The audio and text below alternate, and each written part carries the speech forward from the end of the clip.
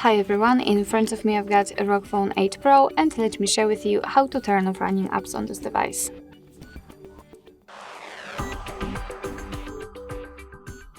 So first of all, let's open the recents. If you've got the gestures navigation, simply swipe your finger from the button to the center of your device, and if you've got the 3 buttons navigation, just tap on the square icon.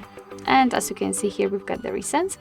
And if you want to, you can, for example, close only one of those apps or 2 of them, just find it and swipe it up. But if you've got a lot of apps opened, simply tap on clear all, and all of them will be turned off at the same time.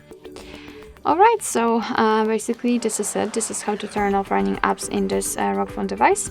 Thank you so much for watching. I hope that this video was helpful, and if it was, please hit the subscribe button and leave the thumbs up.